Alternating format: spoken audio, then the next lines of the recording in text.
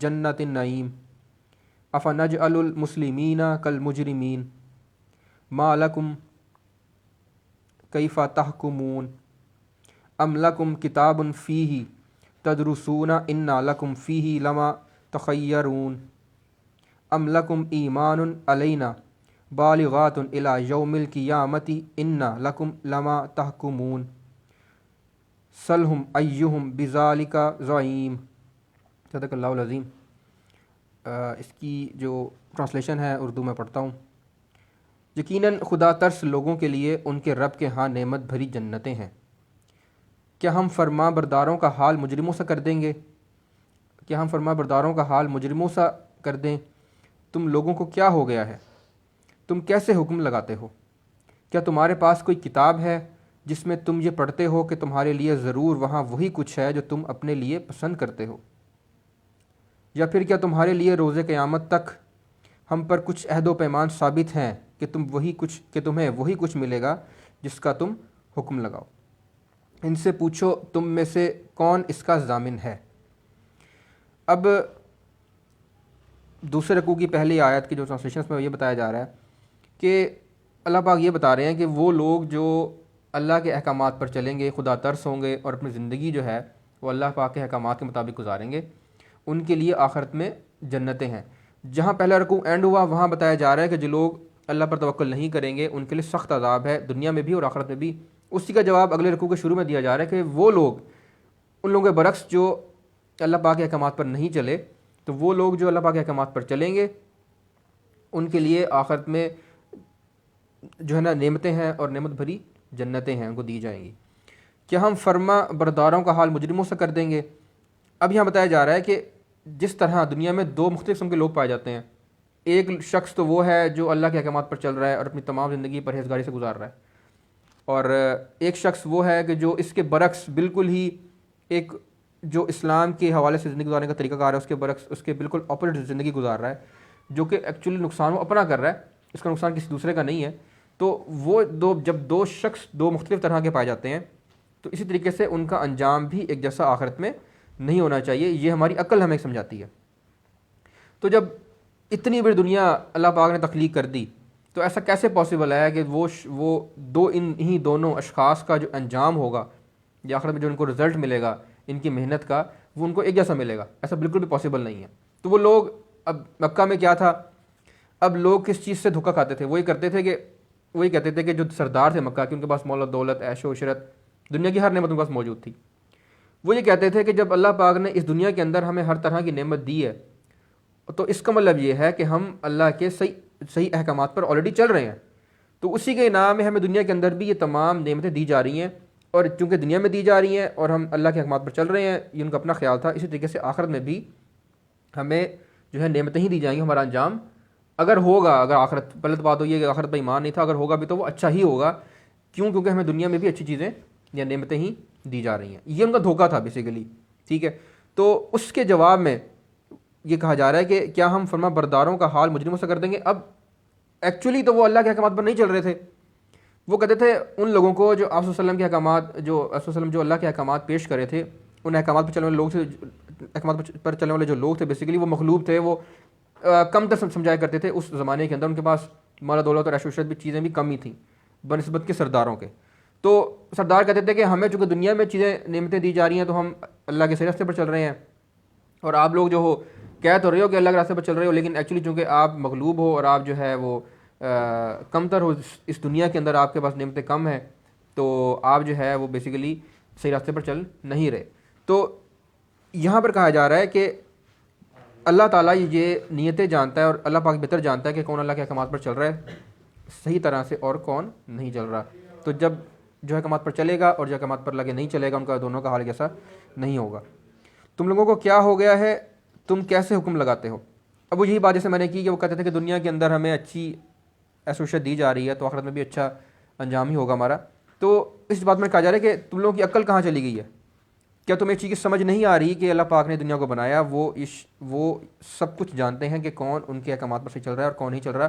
تو ایسا کبھی بھی پاسبل نہیں ہے کہ اللہ پاک جو انصاف کا وعدہ کرتے ہیں وہ ان لوگوں کا انجام دونوں کا ایک جیسا کر دیں گے جو احکامات پر چلیں گے اور جو احکامات پر نہیں چلیں گے۔ کیا تمہارے پاس کوئی کتاب ہے جس میں تم یہ پڑھتے ہو کہ تمہارے لیے ضرور وہاں وہی کچھ ہے جو تم اپنے لیے پسند کرتے ہو؟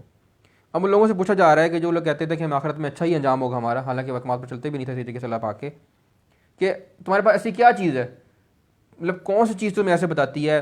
کیا کوئی ہماری آسمانی کتاب ہے جو تمہیں یہ بتاتی ہو، جو تمہیں یہ کہتی ہو کہ بھئی تمہارے لیے آخرت کے اندر جنتیں ہی ہیں؟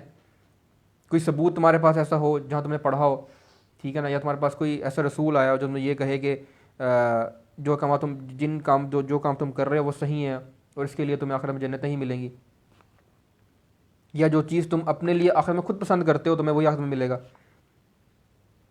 یا پھر کیا تمہارے لیے روز قیامت تک ہم پر کچھ عہد و پیمان ثابت ہیں کہ تمہیں وہی کچھ ملے گا جس کا تم حکم لگاؤ؟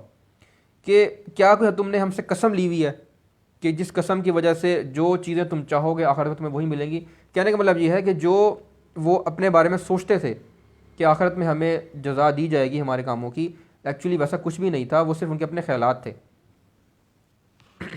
ان سے پوچھو تم میں سے کون اس کا ضامن ہے؟ اب ضامن وہ ہوگا بیسیکلی کہ کوئی ایسا شخص جو کفیل ہو یا اپنی قوم کے لیے بولنے والا ہو یا سفارش کرنے والا ہو۔ کیا وہ اب مجھ سے یہ پوچھ جا رہا ہے کہ کیا ان لوگوں کے اندر کوئی ایسا ضامن ہے، کوئی ایسا شخص ہے جو تمہاری سفارش کر سکے کہ جو آخرت کے اندر تمہیں ایک اچھا انجام ملے؟ یا پھر ان کے ٹھہرائے ہوئے کچھ شریک ہیں جنہوں نے اس کا ذمہ لیا ہوا ہے، یہ بات ہے تو لائیں اپنے شریکوں کو اگر یہ سچے ہیں۔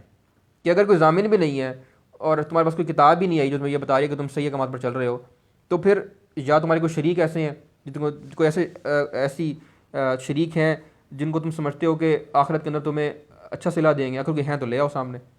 تو جب نہ کتاب آئی، نہ ہی کوئی ضامن ہے اور نہ ہی کوئی شریک ہیں، تو پھر تمہارا انجام برا ہی ہوگا۔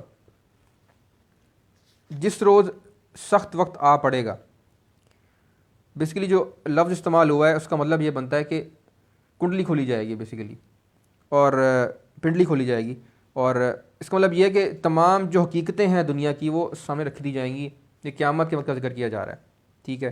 اور جس روز سخت وقت آ پڑے گا اور لوگوں کو سجدہ کرنے کے لیے بلایا جائے گا تو یہ لوگ سجدہ نہ کر سکیں گے، ان کی نگاہیں نیچی ہوں گی، ذلت ان پر چھا رہی ہوگی۔ یہ جب صحیح و سالم تھے اس وقت انہیں سجدے کے لیے بلایا جاتا تھا اور یہ انکار کرتے تھے۔ اب وہ دن جس دن تمام حقیقتیں سامنے رکھ دی جائیں گی اور جس شخص نے جو کام کیے ہوں گے اس کے سامنے رکھے جائیں گے، اچھا ہوگا تو اچھا رکھا جائے گا، اگر برا ہوگا تو برا رکھا جائے گا۔ تو اس دن وہ کہتے ہیں کہ کوئی ایسی تجلی ہوگی اللہ پاک کی کہ جس کو دیکھ کر جو تمام اللہ کے برگزیدہ بندے ہوں گے جنہوں نے اپنی زندگی پرہیزگاری سے گزاری ہوگی وہ سجدہ ریز ہو جائیں گے۔ اب کچھ لوگ ایسے تھے دنیا کے اندر جو لوگ جھوٹے تھے، دعوے تو کرتے تھے کہ اللہ کے احکامات پر چلتے ہیں، لوگوں کو دکھانے کے لیے اللہ کے احکامات پر چلنے کے لیے کوشش کرتے تھے، لیکن ایکچولی نیتیں ان کی صاف نہیں تھیں۔ تو دنیا کے اندر تو انہوں نے لوگوں کے سامنے تو اپنے ایک انہوں نے خول پہنا ہوا تھا دکھانے کے لیے، ٹھیک ہے، لیکن آخرت میں کیا ہوگا؟ جب سجدے کا حکم آئے گا اس دن تو صرف وہی لوگ سجدہ کر سکیں گے کہ جو اللہ کے احکامات پر چلنے والے لوگ تھے، جنہوں نے زندگی اپنی پرہیزگاری سے گزاری تھی۔ جو لوگ اللہ کے احکامات پر نہیں چلے تھے وہ اس دن جھوٹا سجدہ نہیں کر پائیں گے، ٹھیک ہے۔ اور جو سچ ہوگا، جو صحیح لوگ ہوں گے صرف وہی سجدہ کریں گے، اور جو لوگ جھوٹے تھے وہ سجدہ نہیں کر پائیں گے۔ کیونکہ جب اللہ پاک نے ان کو زندگی بخشی ہوئی تھی، جب وہ اس دنیا کے اندر تھے، جب صحیح و سالم تھے، تب بھی وہ نہیں صحیح نیت کے ساتھ سجدہ نہیں کیا کرتے تھے، تو اسی لیے آخرت میں بھی وہ سجدہ نہیں کر پائیں گے۔ صرف سجدہ نہ کرنے والی بات نہیں ہوتی ہے کہ وہ اللہ پاک کی احکامات کا انکار کرتے تھے، نفی کرتے تھے۔ پس اے نبی صلی اللہ علیہ وسلم، تم اس کلام کو چھٹلانے والوں کا معاملہ مجھ پر چھوڑ دو۔ اب وہی بات ہے کہ آپ صلی اللہ علیہ وسلم یہ کلام لے کر لوگوں کی طرف گئے، احکامات لے کر گئے، لوگوں کی طرف ہدایت لے کر گئے، تو لوگ اس کو جھٹلایا کرتے تھے کہ نعوذ باللہ آپ صلی اللہ علیہ وسلم نے خود سے یہ بات کہی ہے، اللہ پاک کی طرف سے احکامات نہیں ہے۔ تو اس چیز کے بارے میں آپ صلی اللہ علیہ وسلم کو کہا جا رہا ہے کہ آپ نے اس چیز پر پریشان نہیں ہونا، رنجیدہ نہیں ہونا۔ یہ لوگ جو بھی کچھ آپ کے خلاف حرکتیں کر رہے ہیں ان کا تمام معاملہ اللہ پاک خود دیکھنے والے ہیں، تو آپ پر اس پر کوئی ذمہ داری عائد نہیں ہوتی۔ آپ نے صرف کیا کرنا ہے، جو اللہ کے احکامات ہیں وہ آپ نے لوگوں تک پہنچانے ہیں۔ ہم ایسے طریقے سے ان کو تدریج تباہی کی طرف لے جائیں گے کہ ان کو خبر بھی نہ ہوگی۔ میں ان کی رسی دراز کر رہا ہوں، میری چال بڑی زبردست ہے۔ اچھا، یہاں پر ایک لفظ استعمال ہوتا ہے استدراج، اس میں ایسے کہ جو لوگ اس دنیا کے اندر برے کام کرتے ہیں، ٹھیک ہے، اور اللہ پاک کیا کرتا ہے، ان لوگوں کو مزید ان کی رسی جاتا ہے کھولتا ڈھیل دیتا جاتا ہے. وہ اپنے برے کام کے اندر ہوتے ہیں لیکن اللہ پاک ان پہ پھر بھی جو ہے اپنی نعمتیں ڈالتا رہتا ہے، ان کو آسائشیں دیتا رہتا ہے. تو ان کو ایک دھوکہ ہوتا ہے، یہ ان کا دھوکہ ہی ہوتا ہے بیسیکلی، کہ ہم شاید صحیح راستے پر ہیں اور ہمارا انجام بھی صحیح ہوگا، لیکن ایکچولی یہ صحیح نہیں ہو، مطلب ان کا راستہ صحیح نہیں ہے. اللہ پاک صرف ڈھیل دیتے ہیں، وہ دیکھتے ہیں مزید کہ شاید یہ پلٹ آئے. اگر یہ پلٹ نہیں آئے گا تو اپنی ہی برائی کے اندر مزید دستہ چلا جائے گا، اور جو اس کو پہلے سزا ملنا تھی اس کو ڈھیل دینے کی وجہ سے وہ مزید برے کام کرتا جائے گا اور مزید اس کو سزا ملے گی. یہ اللہ کا طریقہ ہے، ٹھیک ہے، یہ اللہ پاک کی چال ہے. تو اس چیز کا اسی کے لفظ استعمال کیا جاتا ہے استدراج، کہ جیسے شکاری جو ہے مچھلی پکڑنے کی کوشش کرتا ہے، تو جب ایک دفعہ مچھلی کے حلق کے اندر کانٹا پھنس جاتا ہے تو تھوڑی سی ڈھیل بھی دے دیتا ہے پکڑنے کے لیے کچھ مومنٹس کے لیے. اب اس کا فائدہ مچھلی کو کوئی بھی نہیں ہوتا، وہ صرف وقتی طور پہ کوشش کرتی ہے بھاگنے کے پانی کے اندر ادھر ادھر، لیکن ایکچولی چونکہ کانٹا پھنس چکا ہوتا ہے اس نے واپس شکاری نے اس کو پکڑ ہی لینا ہوتا ہے. بالکل اسی طریقے سے ان لوگوں کی مثال ہے کہ اللہ پاک رسی کو ان کو ڈھیل دیا جاتا ہے، مزید برے کام کرتے ہیں، ان کے لیے صرف دھوکہ ہوتا ہے اس دنیا کے اندر، لیکن آخرت میں ان کا انجام برا ہی ہوگا. اور یہ سب اللہ پاک کی چال ہے اور اللہ پاک بہترین چال چلنے والا ہے. کیا تم ان سے کوئی اگلی بات کی جا رہی ہے، آپ صلی اللہ علیہ وسلم کو مخاطب کیا جا رہا ہے کہ کیا تم ان سے کوئی اجر طلب کر رہے ہو کہ یہ اس چٹی کے بوجھ تلے دبے جا رہے ہیں. اب اللہ پاک کے احکامات لے کر صلی اللہ علیہ وسلم لوگوں کے پاس گئے تو وہ لوگ خلاف ہو گئے، تو یہ آپ صلی اللہ علیہ وسلم سے پوچھ رہے ہیں اللہ پاک کہ کیا تم اس سے کوئی معاوضہ مانگ رہے ہو کہ تم لوگوں کی بھلائی کے لیے ان کے پاس اللہ کے احکامات لے کر جا رہے ہو، ان کو زندگی گزارنے کا صحیح رستہ بتا رہے ہو، وہ رستہ جس پر وہ چل کر آخرت میں کامیاب ہو سکتے ہیں.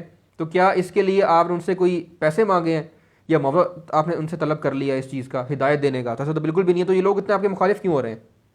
کیا ان کے پاس غیب کا علم ہے جسے یہ لکھ رہے ہوں؟ بس اپنے رب کا فیصلہ صادر ہونے تک صبر کرو. یا ان کے پاس کوئی ایسا علم ہے غیب کا جس سے جانتے ہوں کہ جو آپ صلی اللہ علیہ وسلم ہے جو باتیں کر رہے ہیں یہ غلط باتیں کر رہے ہیں؟ ایسا کوئی کچھ بھی ان کے پاس علم نہیں ہے، ٹھیک ہے نا.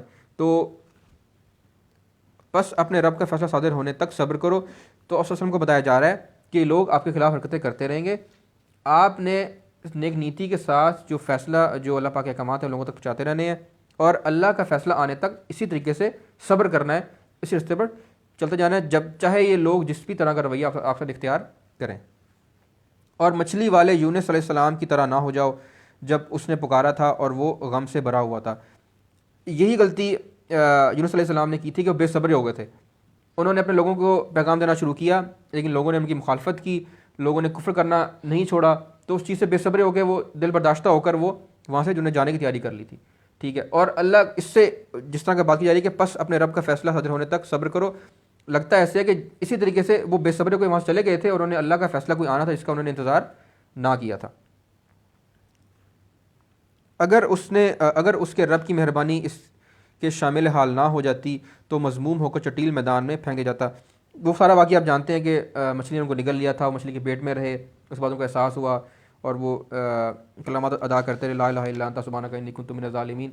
تو جس کی وجہ سے اللہ پاک نے ان کو پھر معاف کر دیا، اور ایک جگہ پر جا کر جو ہے نا مچھلی نے اپنے اندر سے ان کو اگل دیا، ٹھیک ہے. اور جگہ ایسی تھی کہ جہاں پر اللہ پاک نے ان کی بچت کے لیے ایک بیلدہ درخت جو ہے نا پیدا کر دیا یا اگا دیا، جس سے ان کو چھاؤں ملتی رہی اور ان کو پھل بھی ملتا رہا.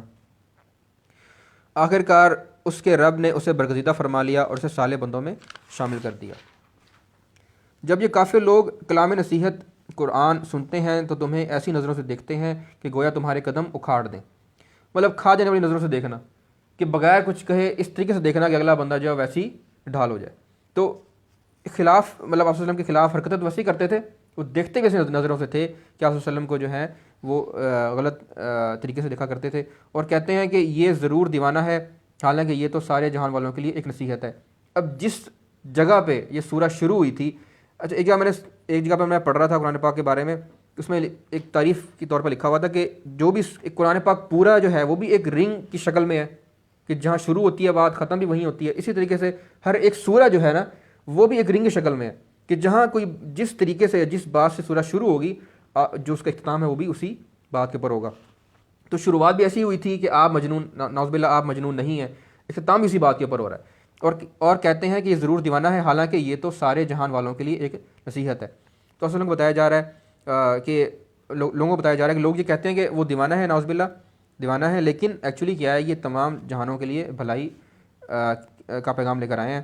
اچھا، اس میں یہاں پر سورہ اختتام ہو گیا، اس میں کچھ چیزیں ایسی ہیں جو کہ ہمیں میسیج جو سورہ سے ملتے ہیں، وہ ہم کو دوبارہ پیش کر دیتا ہوں۔